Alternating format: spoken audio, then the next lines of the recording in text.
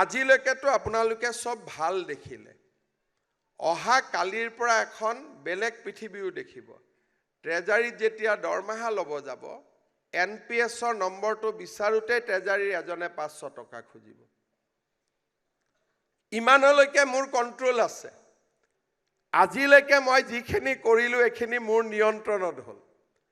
অহা কালিৰ পৰা বিলখন বনাওতে ট্ৰেজাৰী যাওতে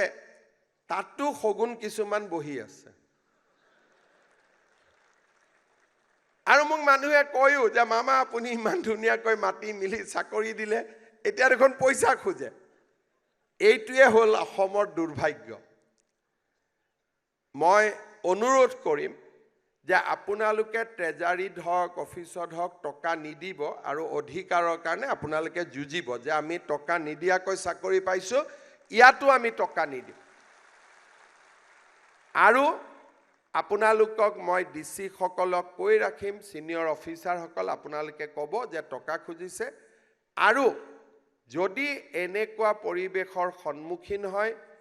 ফেসবুকত হওক ইনষ্টাগ্ৰামত হওক মোক জনাই দিয়াৰ কাৰণে চেষ্টা কৰিব যিমানখিনি পাৰো মই সহায় কৰিব চেষ্টা কৰিম কিন্তু সহজে আপোনালোকে পইচাটো নিদিব আৰু তেতিয়া তেওঁলোকো লাহে লাহে পৰিৱৰ্তন হ'ব কিন্তু আমাৰ মানুহবিলাকে গৈ দিয়ে এজনে বুদ্ধি দিয়ে যুজি কি হ'ব দি দে 500 কিন্তু 500 * 5000 কিমান হ'ব সেইটো বহুত হৈ যায় সেই কাৰণে আপোনালোকে নিদিয়াকৈ থাকিব